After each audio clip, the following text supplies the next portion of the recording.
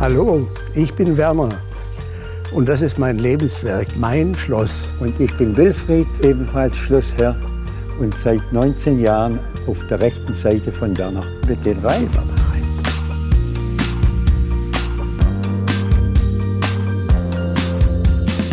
Ich werde oft gefragt, wie man überhaupt zu so einem Schloss kommt. Ende Juni 1974 stand es als ganz kleine Anzeige in der Schwäbischen Zeitung, Schlossanwesen zu verkaufen. 10 Minuten von Friedrichshafen entfernt, 230.000 Mark. Es war ein Schreck, wie wir das Gebäude gesehen haben. Denn es war wirklich praktisch wie eine Ruine.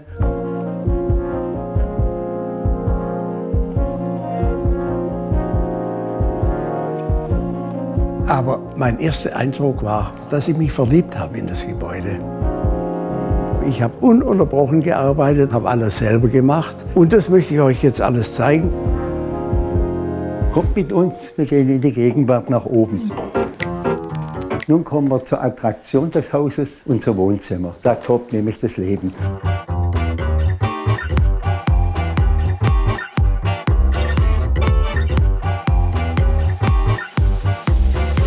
Das ist unser Prachtstück, unser Kachelofen, der von der Küche aus geheizt wird.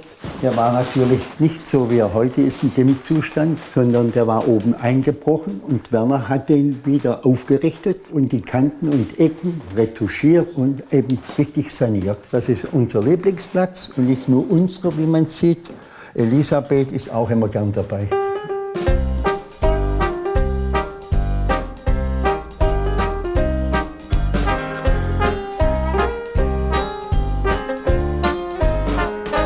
Ich werde sehr oft nach der Heizung gefragt, wie ich das warm bekomme. Es hatte der Kachelofen natürlich absolut nicht genügt. Und hierin waren sogenannte Gasaußenwandöfen. Die habe ich dann irgendwann mal rausgerissen und ich habe in jedem Raum, den ich in Arbeit genommen habe, habe ich dann schon bereits eine Heizung verlegt. Ich habe einen ganz gegensätzlichen Beruf. Ich bin Hörakustiker und Augenoptiker. Aber gerade zu diesem bewegungslosen Beruf war natürlich die Tätigkeit hier sehr gesund und sehr abwechslungsreich.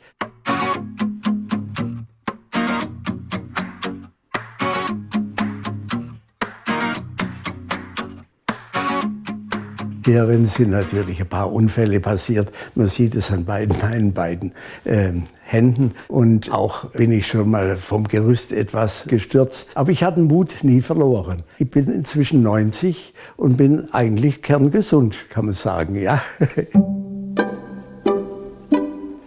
Ein erwähnenswerter Teil hier in der Wohnung ist natürlich auch diese Säule. Man sieht an der Säule, dass es der Übergang von der Barockzeit, von der Gotik zur Barock ist. Denn verschiedene Dinge hier sind noch ziemlich gotisch. Dagegen diese Sachen hier sind ja richtiger, typischer Barock.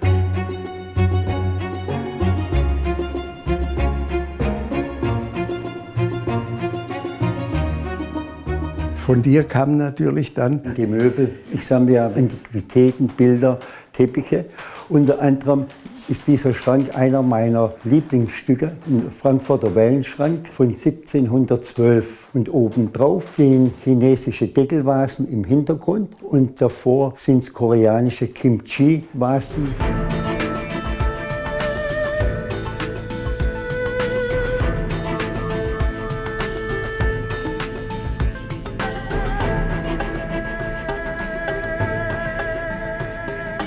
Und dann, wie es dann aber fertig war mit Möbeln von Wilfried, die er mitgebracht hat, kam tatsächlich mal einmal der Ausdruck, jetzt sieht's aus wie ein richtiges Schloss. Das war natürlich eine richtige Freude.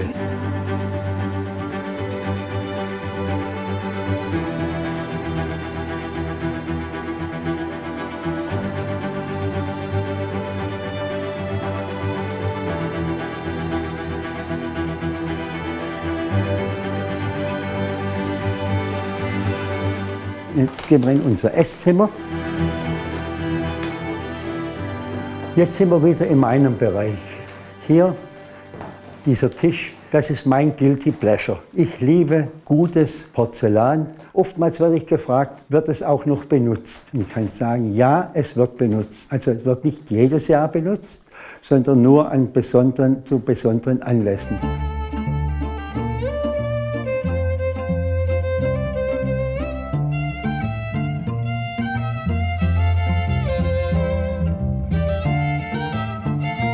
Natürlich nütze ich jede Fläche gern von meinem Porzellan.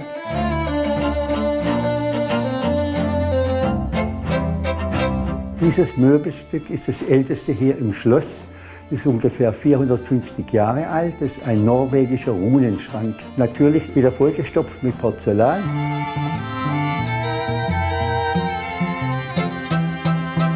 Nun gehen wir vom Esszimmer in die Diele und dann in die Küche.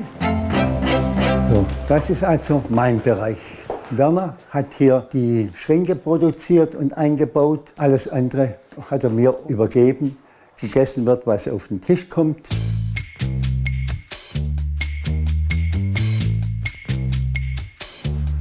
Und hier sind wir wieder bei Möbel und Porzellan angelangt, wie so überall bei uns im Hause.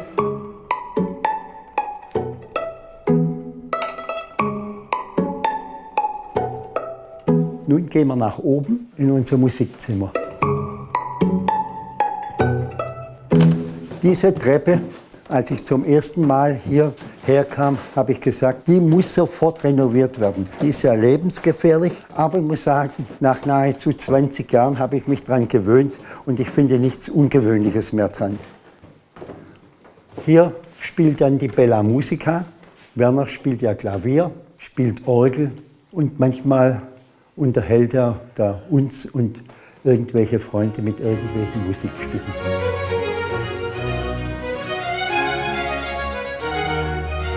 Es gibt Mitte des Zimmers eine schöne Intarsienrosette. Die Rosette hier drin ist genau die gleiche wie im Schloss Montfort in Tettnang. Die Leute haben vorsichtshalber eben 2 so Rosetten gemacht für den Fall, dass eine kaputt geht. Gott sei Dank ist eben denen keine kaputt gegangen und ich habe sie dann bekommen. Dass überhaupt ein neuer Boden hier herin ist, hatte den folgenden Grund. Bei jedem Weststurm hat es hier reingeregnet und aus dem Grund war hier im Boden, im alten Dielenboden, ein richtig großes Loch aus verfaultem Holz. In dem ganzen Schloss war natürlich alles mit diesen alten Leitungen verlegt. Und so habe ich sämtliche Räume neu installiert und alles unter Putz. Eine Leidenschaft von mir ist natürlich auch immer viele Schalter, wo man die ganzen Lampen dann einzeln anmachen kann.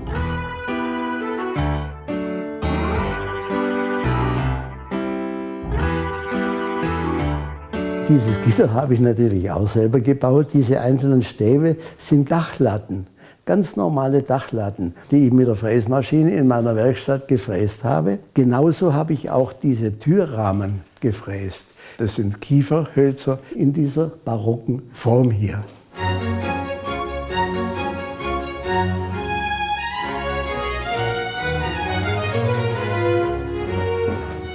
Und hier sind wir in der Diele, wo ich meine Bilder, sage ich mal, an die Wand genagelt habe. Die Malerei ist eines meiner Hobbys. Was ich noch nicht gefunden habe, ist mein Stil.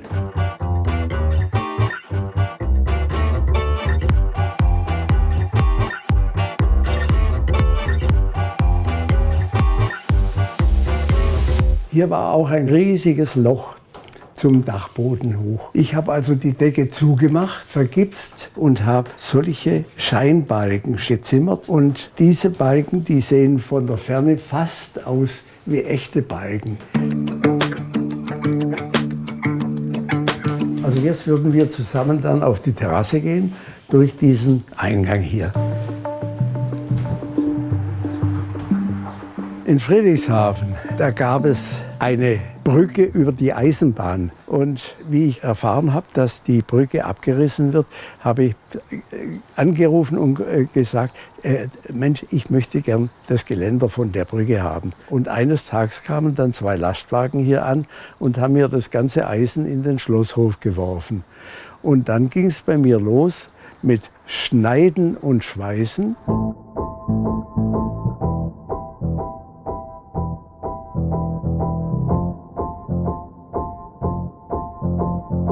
Okay, Werner, jetzt besichtigen wir dein Lebenswerk. Der Turm selber war hohl, absolut hohl wie ein Schornstein. Und das war für mich der Startschuss eigentlich, um mit dem Turm anzufangen. Denn ich habe mir gedacht, um Gottes Willen, der ist ja am Einstürzen begriffen.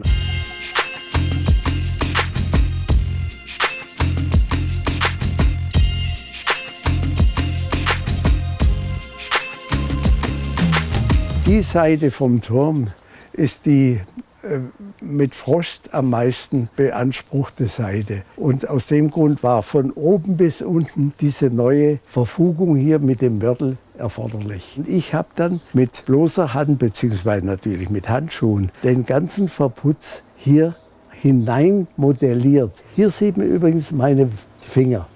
Das sind meine Finger hier. Alles das.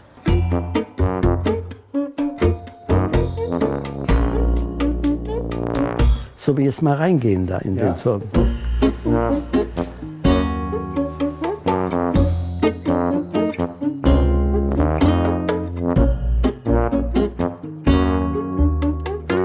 Diese Schießscharten hier, da sieht man, wie tief das reingeht. Es sind wirklich 1,80 Meter.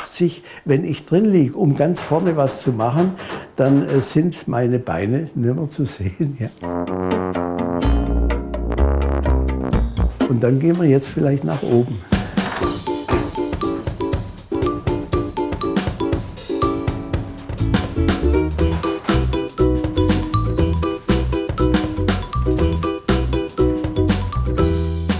Alles immer nach meiner Größe gemacht. Gell? Jawohl. Ich komme nämlich hier gut durch. Ja. Werner hat ja auch den Fußboden verlegt. Und hier unten sieht man die Kanten, wie er das entsprechend der Steine ausgeschnitten hat, ausgesägt hat. Also das finde ich eine kolossale Arbeit. Also ich wäre da hilflos natürlich. Die Klappenkonstruktion hier oben hat natürlich Werner erfunden. Und kompliziert ist ja allemal, anders macht das halt nicht.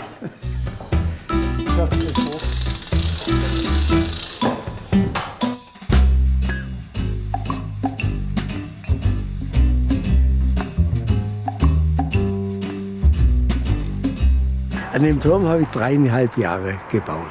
Da muss ich ganz offen gestanden sagen, da bin ich ein bisschen stolz. Ich habe doch von Anfang an gesagt, ich bin ein bisschen Spinner. Und das muss mir hier sein, anders geht's nicht. Unser Wunsch ist es, dass das Schloss der Nachwelt erhalten bleibt und auch zugänglich sein soll. Und deshalb werden wir es in eine Stiftung überführen. Unbedingt, ja. Und ich habe es nie bereut, dass ich das gekauft habe. Denn es hat mir immer Freude gemacht. Ich hatte immer das Bestreben, die ganze Anlage zu erhalten und dass sie auch wirklich wie ein Schloss aussieht. Das war die Rundtour durch unser Schloss. Und wenn ihr noch mehr spannende Folgen sehen wollt, abonniert unseren Kanal. Tschüss. Tschüss.